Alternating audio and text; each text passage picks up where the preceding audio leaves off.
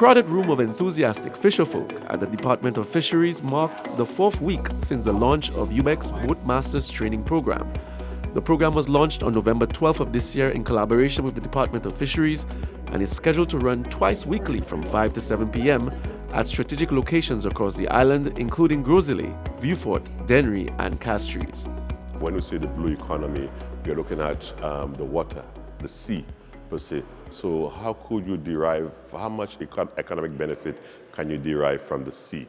And therefore we saw it important that, look at the fishing sector, try to build capacity, the whole question of safety at sea. After the program, we'll be given grab bags. So it's not just a question of you are learning those things, but you'll be given a grab bag.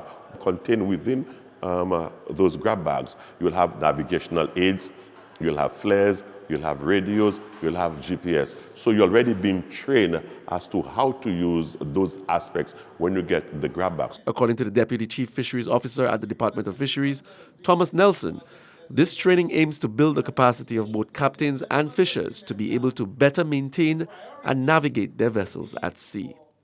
Basically, there are rules of the road or rules of the sea. So therefore, fishers need to be able to understand the rules that govern navigation out at sea. Safety is very important to the Department of Fisheries and more so to the fisheries sector overall, because we have been experiencing a number of fishers getting either lost at sea or experiencing distress out at sea. To date, a total of 150 fisherfolk have registered for the program, and according to Nelson, that number is expected to increase over the coming weeks.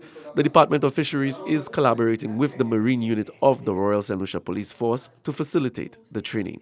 The most important aspect is the safety. History would suggest that we've had quite a few search and rescue cases over the years.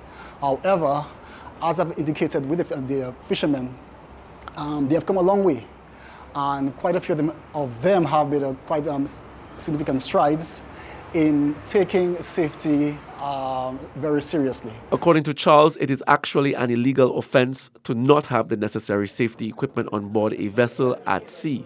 Former boat owner and fisher for over 15 years, Aldine Louis Fernand, not only welcomed the training, but says the knowledge was a good refresher for what he had learned previously.